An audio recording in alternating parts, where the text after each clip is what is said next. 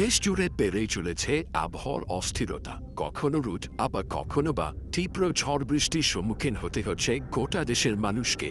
আবারও আবহাওয়া নিয়ে দুঃসংবাদ দিয়েছে বাংলাদেশ আবহাওয়া অধিদপ্তর। আবহাওয়া অধিদপ্তরের পূর্বাভাস বলছে, পশ্চিম মধ্য বঙ্গোপসাগরে সৃষ্ট লঘুচাপে ও সক্রিয় মৌসুমি বায়ুর প্রভাবে ঢাকাসহ দেশের ১৪ জেলায় ঘণ্টায় সর্বোচ্চ ৬০ কিলোমিটার বেগে তীব্র ঝড় হতে পারে। সেই সঙ্গে বাড়তে পারে বৃষ্টি অথবা বজ্রসহ বৃষ্টি। রোববার দেশের অভ্যন্তরীণ নদীবন্দরসমূহের জন্য দেয়া পূর্বাভাসে এই তথ্য জানানো হয়েছে।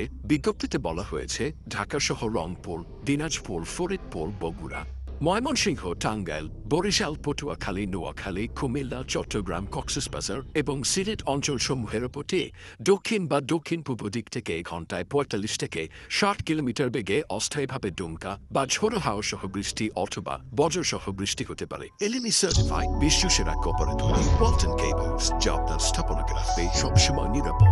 এসব এলাকার নদীবন্দর সমূহকে ১ নম্বর সতর্ক সংকেত দেখাতে বলা হয়েছে। এছাড়া ঢাকা ও পার্শ্ববর্তী এলাকায় দিনের তাপমাত্রা কমতে পারে বলে আভাস দিয়েছে আবহাওয়া অধিদপ্তর।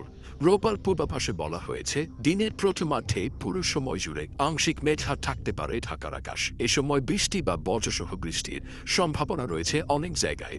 সেই সঙ্গে দক্ষিণ ও দক্ষিণ পশ্চিম দিক থেকে ঘণ্টায় ১০ থেকে ১৫ কিলোমিটার বেগে বাতাস প্রবাহিত হতে পারে এ সময়। এছাড়া দিনের তাপমাত্রাও আগের তুলনায় সামান্য পরিমাণ কমার সম্ভাবনা রয়েছে।